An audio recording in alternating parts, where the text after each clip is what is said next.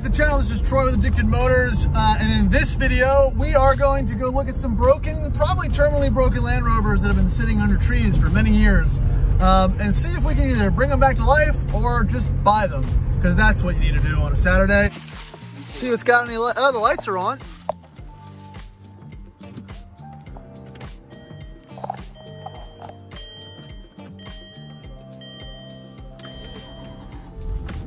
Oh, wow. Yeah. What are we? At Rover capacity. At Rover capacity. Why? We'll turn around. You don't think we can fit some more back here? No. No. Absolutely not. What's that? Some stew. Oh, man. Not a Rover. Not a Rover? That's boring. Okay, so we got some more issues. It is blinking mud snow, and we've done some preliminary testing and realized that it's stuck in third gear.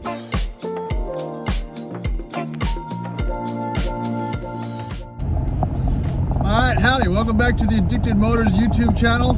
I am in the 1991 Plymouth Voyager, aka, I guess this is now the new Rover Rescue Mobile.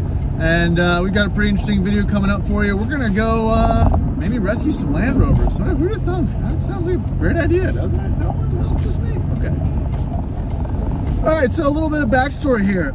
So now, as happened in the past, people just call me and say, hey, do you want to buy these Rovers that I have in my yard that don't run? And unfortunately, I respond because I can't really help it. So in this case, I'll drop two pictures in the video stream here.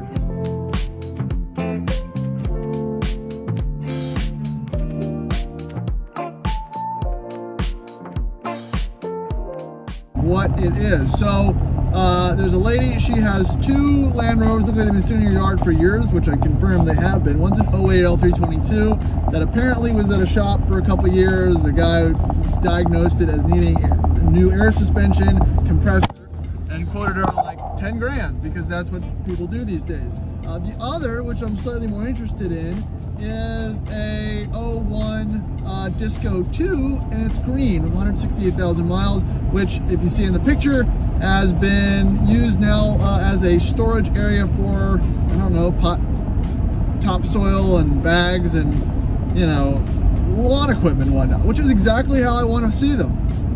Now, this lady reached out to me, and I talked to her for a while. She seems nice and friendly, and she's had a few Rovers before, and it almost sounded like she didn't want to give up on both these Land Rovers. So, you know, the collector, I'll call myself, and me wanted to, you know, be like, hey, I'm gonna take them for $1,000 bucks, blah blah blah. But you know, she sounded like she really wanted to not give up on at least the L322 because it used to be her daily driver.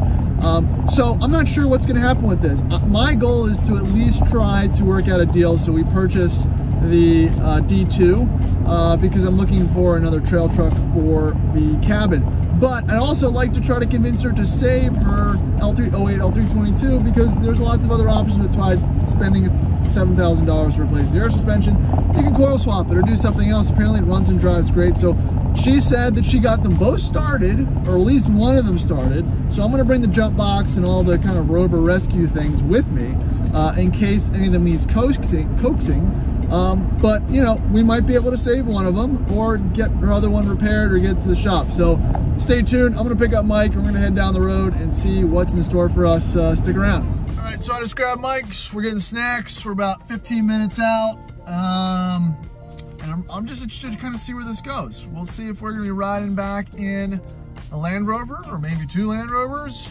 There's only one plate. We can always just leave the van because that's what it's for. This will be the Rover rescue vehicle from now on. But yeah, let's spend money. I don't want to buy another Land Rover. I really don't. I don't want to. I gotta fix, mine are all broken anyway.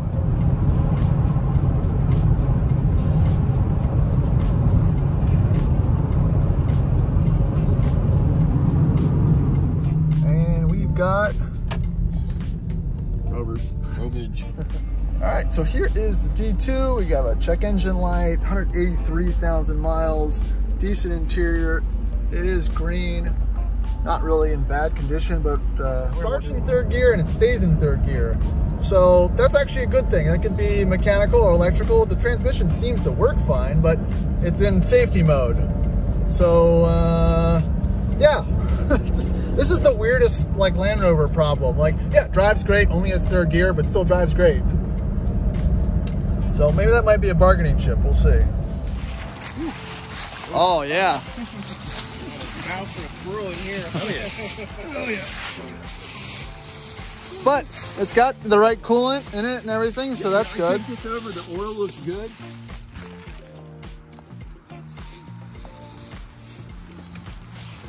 Truck pack.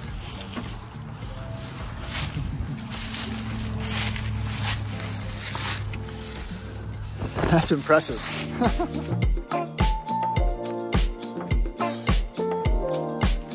See if it's got any light. Oh, the lights are on.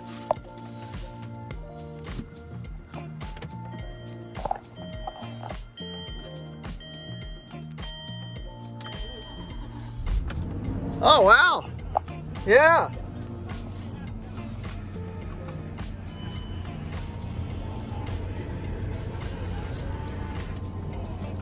I mean,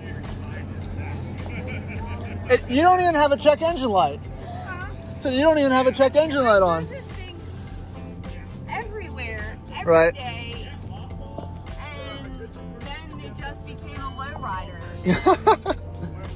Oh yeah. That was the end of our cruising. It really sucked. And then the door, the air suspension won't work with the door open. I can definitely relate. I mean, I know the interior is nasty. Look.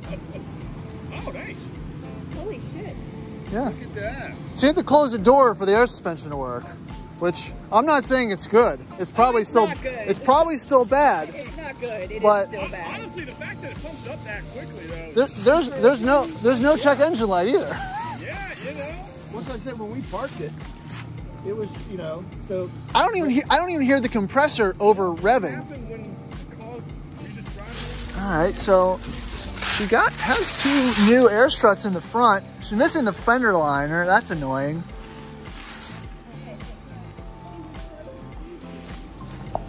I'll get it from her.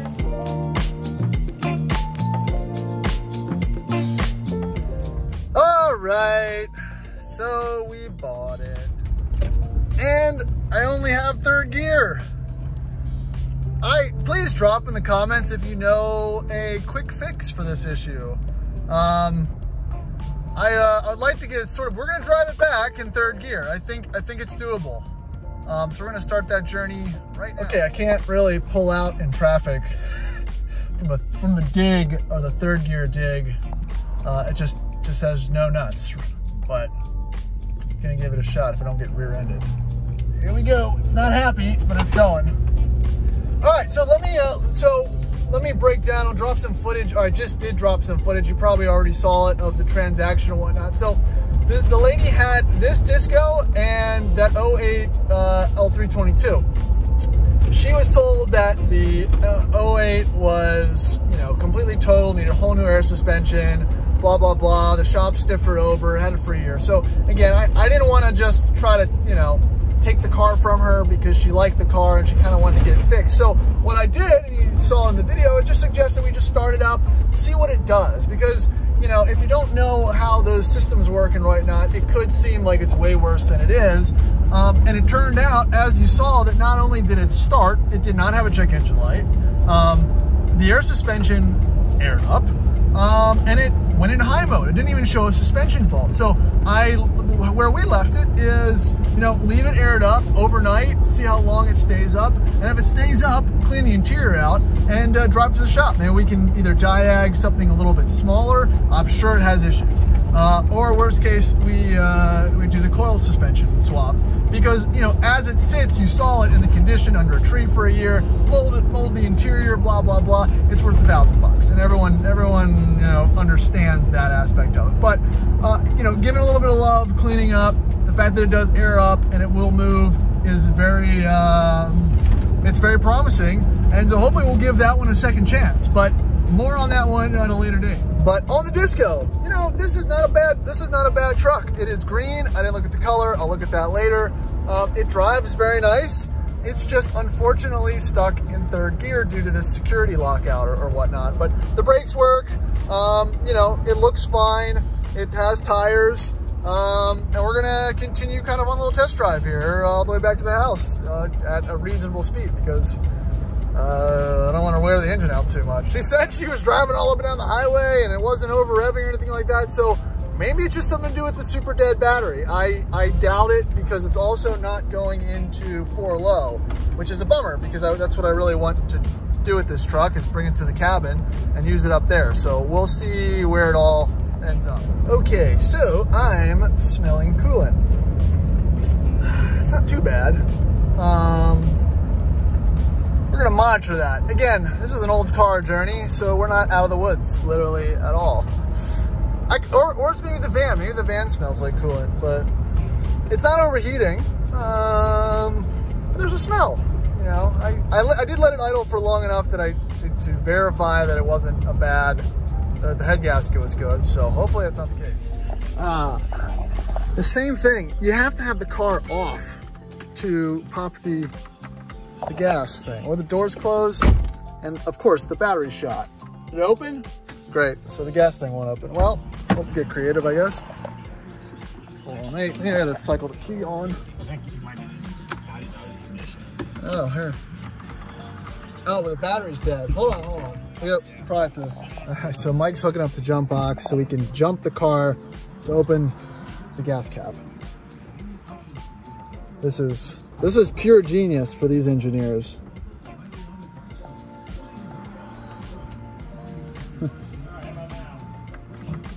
No.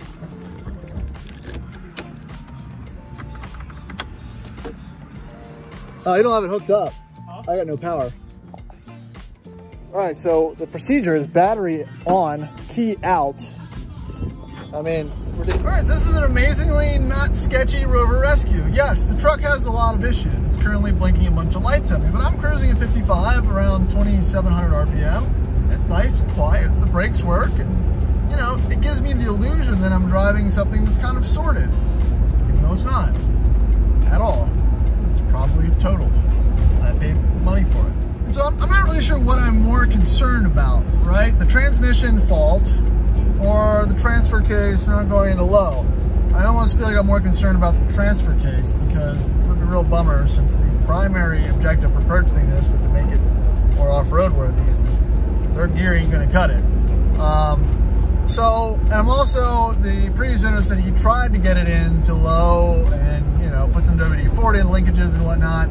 No dice. So I'm not sure what my level of expertise will be able to do above and beyond that. So we'll see. The other part is I do have the other parts truck, the other 2000 4-liter Disco 2 that I bought a while back, and I think it's Ardennes green or something, that we can pull from. So, you know, if it's not one, it's the other, and that's why you can't just have one Land Rover.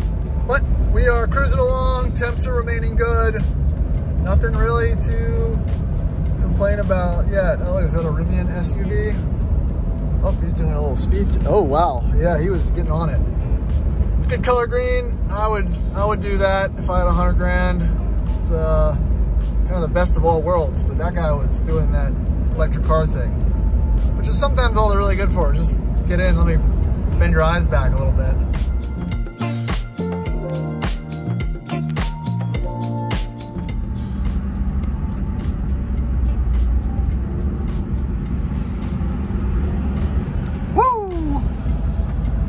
Those hubcaps aren't looking great. I think I just need to secure those hubcaps a little better. Oh man.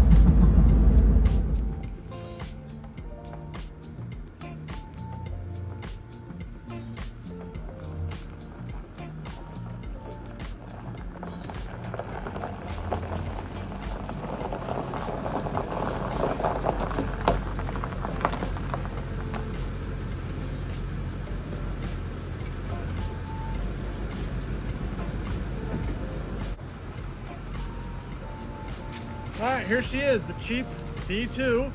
And I got the jump box on, and we're back. And what I want to do is do another kind of walk around and kind of in-depth view of what this truck looks like. So I really didn't do it previously when we were making the transaction.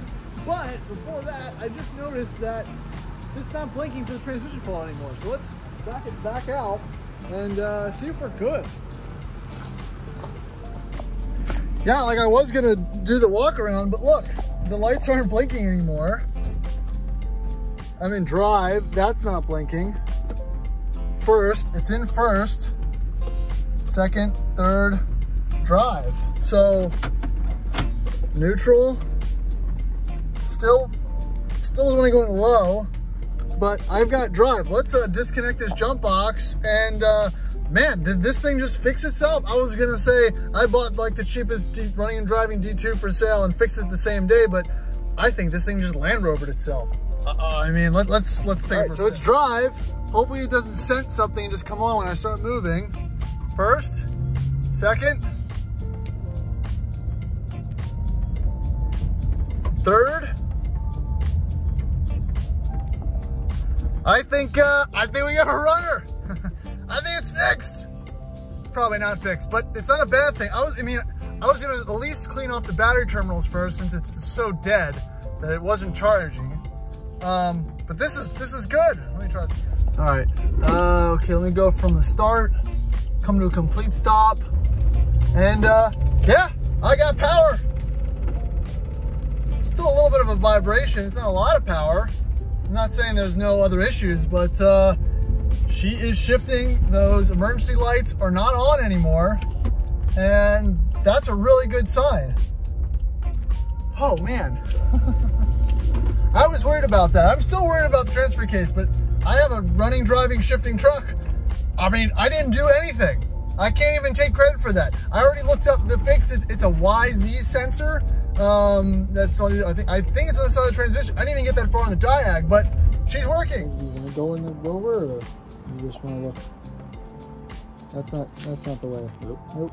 That's not it. All right, now let's do the after action report, because, you know, why would you check a car over before you buy it? That would make way too much sense. So let's start with the body and the paint. So it looks like instead of going to a local junkyard to repair some plastic damage, they just used some filler or something to just make a new front piece of the bumper. It's like they just like melted it together, or they knew a guy, right? You know what, I know a guy, he can do it for cheaper type deal. And that is adorning the front end for the most part. And it, you know, impressively enough, it's also on the grill. I mean, you can find, there's dead D2s everywhere. This is not a particularly rare part, I would assume. But again, we're assuming that the damage, oh look, it was so bad, I guess, we deleted, we deleted the front washers. So that tells you something there. But, you know, besides all the cracks, the headlights aren't full of water, and they seem to function, so which is good. And again, like most other D2s that I have, I can't remember where the paint code is. So it's Ardennes green, it's some gray color of green. So we're just gonna move on from that. Coming into the front end, as you can see, unlike the other one that I have, the rust is not terrible. I don't hear anything so much from this side. I've got some inner wear from probably a bad alignment on the driver's side, but the mud flaps are still intact, and you know, the frame's not bad. It's not great. It's obviously been painted at some point, but you know, structurally it's all there. It also looks like obviously the rear self-leveling suspension has been deleted, but it's can't stick your hands through the side of the frame, which is good because I didn't check that, right? You know, you think I would have learned it by this point. All right. Driver's side panel, pretty straight. Not bad at all. I don't hate it. I think it's in very good condition. Arches, I don't see that much rust on D2 arches, you know? I'm also not gonna pull the carpets up. I know I tell people that they're not too wet. Nah, they're not. They're actually not damp. That's pretty nice. I'll try the driver later, but roof, a little bit of paint fade, not terrible. Seals and everything looks good. I don't think that the sun roof, I'm sure it leaks. But the hood, also good condition. There's paint on the hood, I like that. Oh, this is the fun part. Yeah, that's not attached. That is broken off, which is fine. That's easy. That's just innocent. We can fix that. All right, let's check out this rear frame. It looks like it's been repaired at some point. And if, you know, repaired, replaced, something, the trailer hitch actually looks newer. And the actual frame pieces look pretty good. It's really not that rusty. I'm actually surprised. Oh, no, it does have a bulge. Okay, I'm seeing it now. All right. It's got a bulge back here. Probably from just sediment collecting and whatnot, but I'm okay with that. That's fine. Because I don't want to feel too bad about this truck if I end up using it as a trail truck. Land Rover Richmond real tire cover. Awesome, love that. Missing one of these little bumperette pieces that all D2s are missing, which are also unobtainium to find. I'm riding with Jesus, so I feel much safer. This side, again, all the mud flaps are still there. That's pretty cool. Here's my annoying fuel cap. It looks like there was maybe some coverings over these at some point. So that's there. A couple weird little dents, probably from when it was stuff leaned up against it. Let's check for surprises under here. A little bit of crust. Actually, the phone can see better than I can, but not god awful. Underneath, no holes.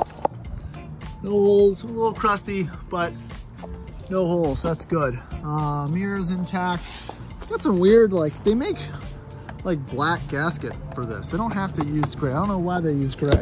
Oh, just popped another button off my shirt. Man, I'm not having a good day. All right, so that's pretty much the exterior. Nothing amazing, but it also exactly how you want to find a truck like this. All right, moving to the engine compartment. Also, nice and tidy in here. Obviously, the EAS stuff's been removed. It has, amazingly, the battery jack cover. Slightly undersized battery, it looks like. Super dead. I'm gonna clean this here in a little bit. Maybe that'll clear up any remaining problems. Look, do not use Dexcool. Glycol-based coolant only. See, that's good. That's the information I wanna see. But plenty of space. Looks like you got some valve cover, slight valve cover leak. Great, I wanna see that. That's good, that's honest. I've already undid the air filter, so we can check that in a second. Let me grab a rag and we'll check the oil. And I don't know if you can check, I don't think these transmissions have dipsticks. That was my other thought, why we were getting the air, but I don't think there's a dipstick, unfortunately. So checking the oil, looks pretty good. Let's get it one more time for good measure. Yeah, almost full, nice and clear. He said he did change the oil. Did not believe him, but worth checking. Also see we've got some newer spark plugs and wires. He did mention that he did that a while back as well. He said he did that to help clear the 3 Amigos, which might not be completely related, but you know, it's fine. One more thing I can add to this, checking the air filter now as well, since I've seen lots of evidence of mice, which is this. This is not super easy to get to, but it's not cracked. So hopefully it'll just come out. There you go. Super. Air filter, not really in great condition, but that's the worst. Just put that right back. That's fine. I think while we're in here, we're going to spray the mass airflow sensor, just maybe clean it up a little bit. Just going to give this a healthy shot of, you know, the old Dicton Motors tune-up. Perfect amount. Yeah, there's some schmoo coming out of there. All right, so let's check what else we have going on here. Shock mounts look good. Power steering fluid looks good. Brake fluid, that looks new. See, all this ABS system looks new, which makes me believe he might have repaired some of that. You know, I mean, again, when you're judging values with these trucks, it's almost impossible because you'll put $2,000 in a truck that's worth $1,500 and the math just never really works. All right, the next thing I want to do while I'm here, before we check out the interior and check to see what works in there, because I haven't tried that yet, is clean this battery terminal off because it looks nasty and I got a feeling it's causing some of the issues that we're having. Yeah, it doesn't even want to do anything. Come on. I got a feeling this is just gonna break. Oh look, it's working. Yeah, see all that crap? It's not terrible, but I don't know. I've seen a lot of cars go dead with less, and it's good just to clean those up. At least to eliminate that threat, I guess you could call it. Because the battery's 1121. It's not an old battery. And the whole drive that we did back, about 40 or so miles, did nothing to charge it. So, yeah. Where did the battery turn on now? That's healthy. Yeah, it's just not reading anything. So, oh no. We're just gonna let that chill. What are we? At Rover capacity. At Rover Why? We'll turn around. You don't think we can fit some more back here? No. No. Absolutely not. What's that? Some stew. Oh man. Not a Rover. Not a Rover? That's boring. All right, battery check. Let's check out on the inside. Battery jumper back on. Let's start it up.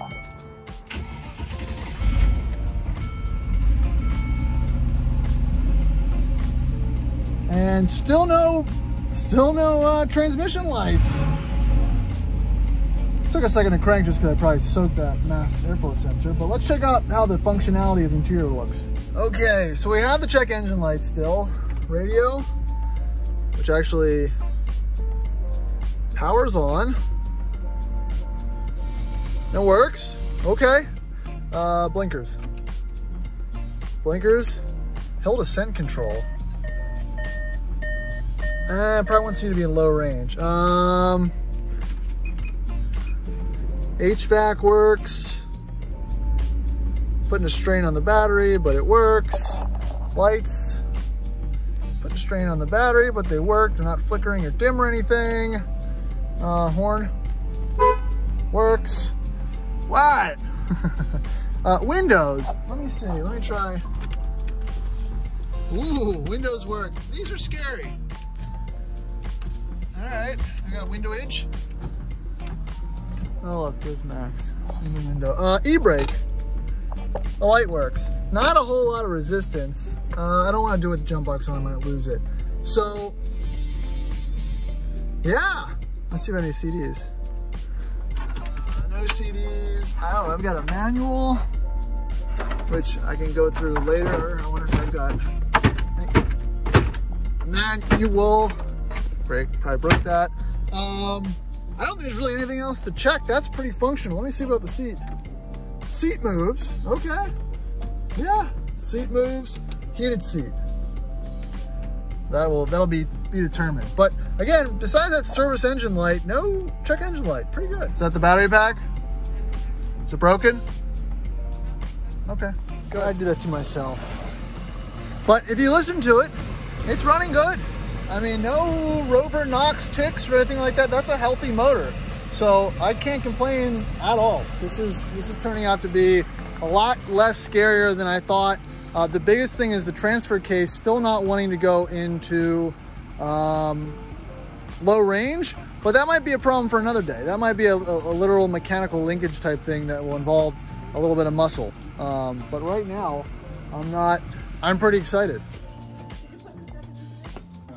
All right, I thought this video was over. It was over. I took a few minutes, I did a couple things, and I just fixed every single issue on this truck. I have no lights on the dash, not even a service light. The truck started. Let's see if it'll start again. Cold turkey.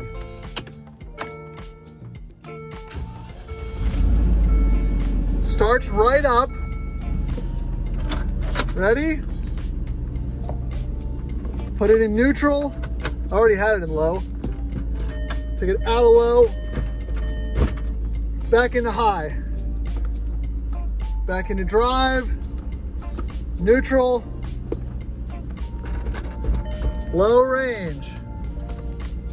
Back into drive. I am in low range. We fixed everything for 100% free on this truck. I mean, that's what this is all about. Woo! Damn. Not too bad. This is the end of the video. We have a 100% functioning Land Rover that we got for almost nothing. And new daily. Look at that. Not bad. It's pretty good. I'm happy. Well, okay, so this is the new alternative ending of the video. Thanks for watching. Please like and subscribe. Obviously follow along for the next video. I was gonna do me trying to fix the rest of this stuff, but I already fixed it all. So we're just gonna drive it now and see where we get it.